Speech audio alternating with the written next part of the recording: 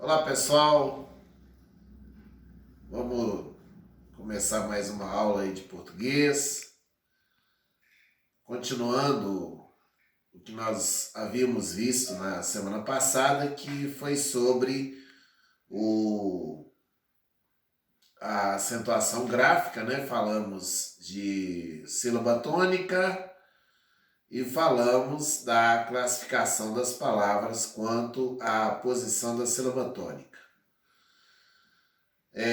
Primeiro, eu sou o professor Marco Antônio Pereira, estamos aí com o canal De Olho na Língua Portuguesa e eu quero aqui cumprimentar a todos que nos acompanham por aí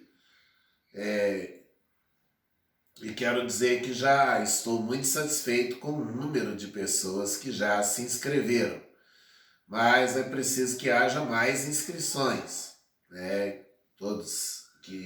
Aqueles aí que quiserem, né, se inscrevam no canal, dê o seu like, faça o seu comentário, né?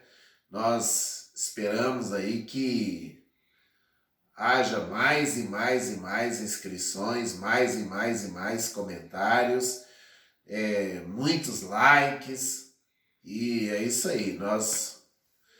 O canal aí é de vocês, né? Vamos construir um canal aí ótimo, né?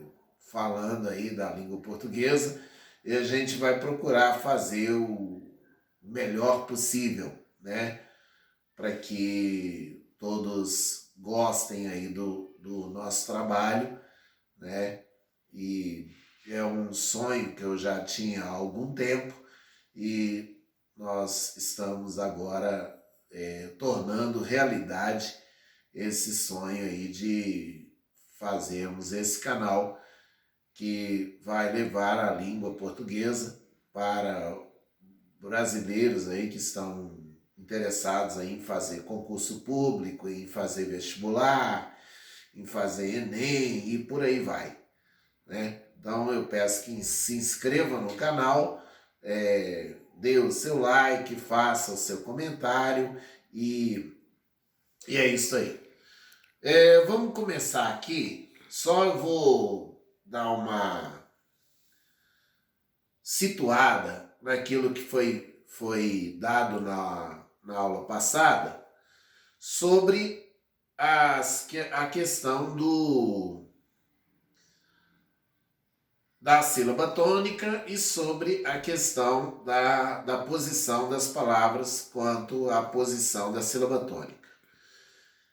Então nós vimos que a sílaba tônica é sempre aquela sílaba mais forte da palavra, né? Eu falei para vocês que uma maneira prática de se identificar a sílaba tônica seria chamando a palavra, né? Então, por exemplo, eu tenho lá a palavra maracujá.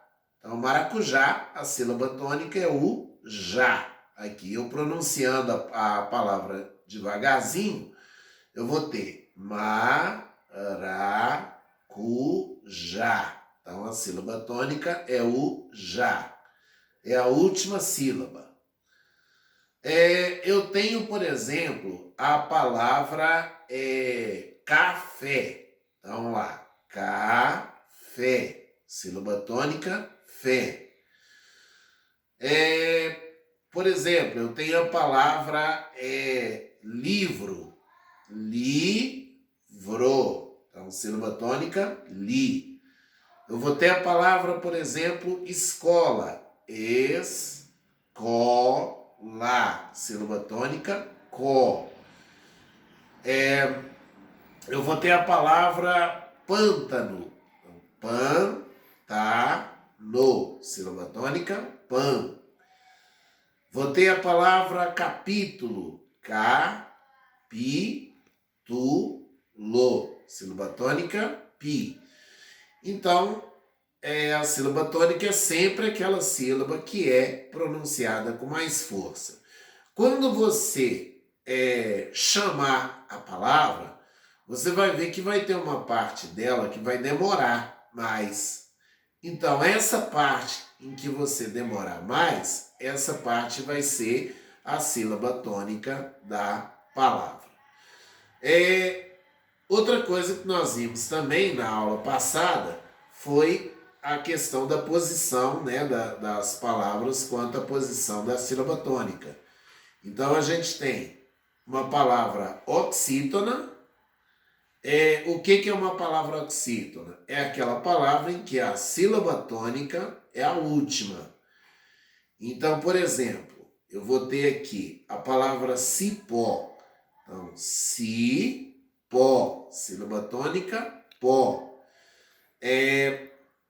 Eu vou ter a palavra, por exemplo, você. Aí eu vou ter, né? Você. Então, sílaba tônica, se. Por exemplo, eu vou ter a palavra bambu. Então, bambu, sílaba tônica, bu. Então, veja que nessas palavras que nós demos como exemplo, a sílaba tônica é sempre a última sílaba. Então, se trata de uma palavra oxítona. Agora, falei também na aula passada que uma palavra oxítona ela vai ter que ter no mínimo 2 sílabas. Não pode ter menos que 2. Porque se ela tiver menos que 2, ela vai ser monossílabo, e uma coisa que nós vamos explicar depois aí, a questão do monossílabo, né? A gente vai falar sobre ele. Nós temos aqui paroxítona. A sílaba tônica vai ser a penúltima. Então, por exemplo, eu vou ter a palavra bola. Então, aqui, bola, sílaba tônica, bo, penúltima sílaba, que depois só vai ter mais uma. Aí, é uma palavra paroxítona. Por exemplo, eu vou ter aqui a palavra jovem. Aí, jovem, sílaba tônica, jó. Então, nesse caso, como ela é a penúltima sílaba, então ela vai ser uma palavra paroxítona. Eu vou ter agora a palavra proparoxítona. A palavra proparoxítona é aquela palavra em que a sílaba tônica é a antepenúltima. Então, por exemplo, na palavra sílaba, aqui a gente tem sílaba, sílaba tônica, si. Depois do si, nós vamos ter mais 2 sílabas. Nós vamos ter o lá e vamos ter também o ba. Então, nesse caso, eu vou ter uma palavra proparoxítona. Outra palavra proparoxítona, por exemplo, único. Aqui eu vou ter único, sílaba tônica, u. Depois nós temos mais 2, que é o ni e o co, que não são sílabas tônicas. Aí eu vou ter uma palavra, então, proparoxítona. Hoje nós vamos falar sobre ditongo. Então, o que é ditongo? Ditongo são 2 sons vocálicos produzidos numa mesma sílaba. Então, o ditongo é isso. São 2 sons vocálicos produzidos numa mesma sílaba. Agora, só que aqui eu vou avisar o seguinte, que no ditongo eu só posso, no ditongo não, em uma sílaba eu só posso ter uma vogal. Eu não posso ter outra vogal na mesma sílaba. Então, em cada sílaba de uma palavra, a gente tem apenas uma vogal. Por quê? Porque a vogal vai ser sempre a base da sílaba, né? Não existe sílaba sem vogal. E em cada sílaba, você só pode ter uma vogal. Agora, e se aparecer um outro som vocálico na mesma sílaba? O que eu vou fazer? Esse som vocálico não é vogal, ele é semivogal. Aí, cabe aqui uma diferençazinha, né, estabelecer uma diferençazinha entre a vogal e a semivogal. O que é isso? A vogal é sempre o som mais forte. Agora, a semivogal é sempre o som mais fraco. Então, a vogal é mais forte e a semivogal é sempre mais fraca, né? Outra coisa, a vogal é sempre base da sílaba. Então, não existe sílaba sem vogal. Outra coisa a respeito aqui, a semivogal nunca vai ser base de uma sílaba, né? A semivogal nunca vai ser base da sílaba. Ela nunca vai formar sílaba com outro som, com outro fonema, né? Aí eu tenho dois artifícios que eu posso utilizar para distinguir a vogal da semivogal. E isso aqui que eu vou falar agora, que são esses artifícios, né, que a gente usa aí para distinguir a vogal da semivogal, só valem para ditongos e tritongos, tá? Então, esses dois artifícios que eu vou falar aqui só valem para ditongos e tritongos. Então, como que eu vou colocar? Eu vou colocar da seguinte maneira. Eu sempre coloco as letras nesta ordem. Primeiro eu vou colocar o A, depois eu vou colocar o O, depois o E, depois o I e depois o U. Então, as vogais são A, E, I, O, U. Essa é a ordem, né? Mas só que na hora que eu vou dispor essas vogais para eu adotar esses artifícios, eu vou colocar sempre nessa ordem. A, O, E, I e U. Beleza? Então, aí, no primeiro artifício, eu coloco assim. A, sinal de maior, O, sinal de maior de novo, E, sinal de maior, I, sinal de maior, U. Bom, então ficou A maior que O, maior que E, maior que I, maior que U. O que quer dizer isso? Quer dizer que o A será sempre vogal em relação a qualquer outra. Então, o A vai ser sempre vogal em relação a qualquer outra. Agora, o O vai ser vogal em relação ao E, em relação ao I e em relação ao U. E vai ser semivogal em relação ao A. Agora, o E vai ser vogal em relação ao I e ao U e semivogal em relação ao A e ao O. Agora, o I vai ser vogal em relação ao U. Agora, só que aqui eu vou observar o seguinte. Se o U for forte, ele que será vogal e não o I. Tá? Se o U for forte, então ele será vogal e o I vai ser semivogal. Então, tomar cuidado com essa mudança aí que pode acontecer. Né? Mas o I vai ser, normalmente, se ele for forte, né? Ele vai ser semivogal, ele vai ser semivogal em relação ao A, ao O e ao E vai ser vogal em relação ao U. Agora, o U, ele vai ser semivogal em relação a todas, só que observando que o U tem que ser fraco aí nesse caso, porque se ele for forte, ele será vogal e, no caso, o I, por exemplo, que geralmente vem assim, né? U mais I, o U vai ser vogal e o I vai ser semivogal. Só essa troca aí entre o U e o I que às vezes um pode ser vogal e o outro semivogal e vice-versa. Então, por exemplo, eu quero pegar um exemplo. Vamos pegar um exemplo da palavra leite, por exemplo. Então, eu vou dividir essa palavra em sílabas. Então, eu vou lá. Leite.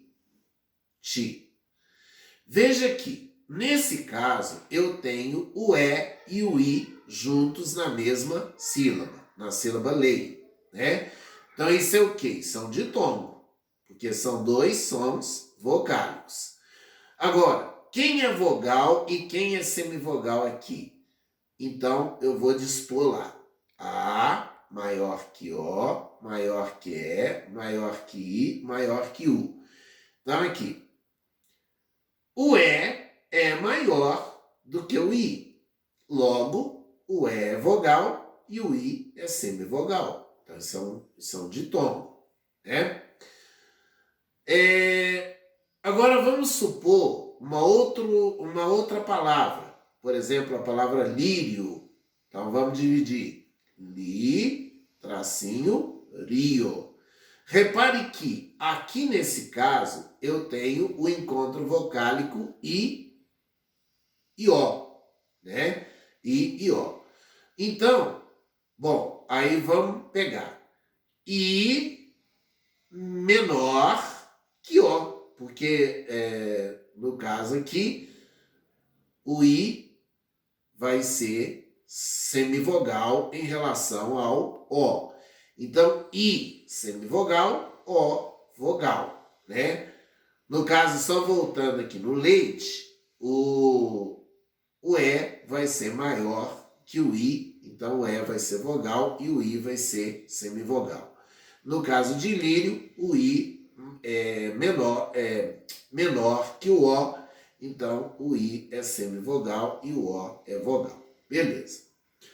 Agora, nós temos um outro artifício que eu posso utilizar. E aqui, esse outro artifício eu prefiro. Eu prefiro utilizar este artifício que eu vou dar aqui para vocês agora. Então, continua dispondo as letras nesta ordem. A, O, E, I e U. Então, eu disponho, né, as letras nessa ordem aí. Então, primeiro, o A, depois o O, depois o E, depois o I, depois o U. Beleza. O que eu vou fazer aqui agora? Eu vou numerar as letras nesta ordem. O A vai ganhar o número 5, que não são 5 vogais. Então, o A vai ser o número 5. O O vai ser o número 4. O E vai ser o número 3. O I vai ser o 2 e o U vai ser o número 1. Beleza. A vogal vai ser sempre aquela letra que tiver o número maior. A vogal vai ser sempre aquela letra que tiver o número maior. Agora, a semivogal vai ser sempre aquela letra que tiver o número menor. Então, vamos pegar de novo aqui a palavra leite. Então, a gente tem aqui, ó, lei, tracinho, ti, dividindo em sílabas. Aí, o E vai ficar com o número 3 e o I vai ficar com o número 2. Então, 3 é maior do que 2. Logo, o E vai ser vogal e o I vai ser semivogal. Vamos pegar aqui a palavra lírio, aí dividindo. Li, tracinho, rio. Aí, numerando aqui o encontro, né, entre o I e o O, nós temos I vai receber o número 2 e o O vai receber o número 4. Então, 4 é maior do que 2. Então, o I vai ser semivogal e o O vai ser vogal. Agora, só que o seguinte, Esses artifícios, eles não poderão ser utilizados quando o encontro vocálico for ui, ou seja, quando o encontro vocálico for ui, desde que o u seja forte. Então, encontro vocálico ui, em que o u seja forte, o u, esses artifícios não poderão ser utilizados. Então, aí, como é que nós vamos fazer? Nesse caso, eu não posso aplicar nenhum dos dois artifícios. No caso do encontro vocálico ui, em que o u seja forte. Por quê? Porque pelo sistema, o u seria sempre semivogal, o que não é verdade. Porque a semivogal não pode ser forte. A semivogal tem que ser sempre fraca. Então, por exemplo, na palavra azuis, veja que o U é forte. Olha lá, vamos dividir primeiro. Azuis. O U é forte. Então, nesse caso aqui, o U é vogal e o I é semivogal. Então, apenas nesse encontro, no encontro vocálico ui, em que o U seja forte, você não pode usar nenhum dos dois artifícios, porque aí, pelo sistema, por exemplo, se você pegar aqui a numeração, o U vai ser o número 1 e o I o número 2. Então, quem que é vogal aqui? Vai ser o número 2, porque não é o número maior que é vogal? Então, vai ser o I. Mas só que não é verdade aqui, porque o U é forte. E o U sendo forte, então, nesse caso, ele não pode ser semivogal, ele tem que ser vogal. Beleza? Muito bem. Agora, o seguinte. O ditongo, ele pode ser crescente. Crescente é o quê? É aquele que cresce. Aquele que vai do menor para o maior. Então, por exemplo, eu tenho lá a palavra tênue. Olha lá, vamos dividir em sílabas. Tênue. Então, o encontro vocálico entre o U e o E.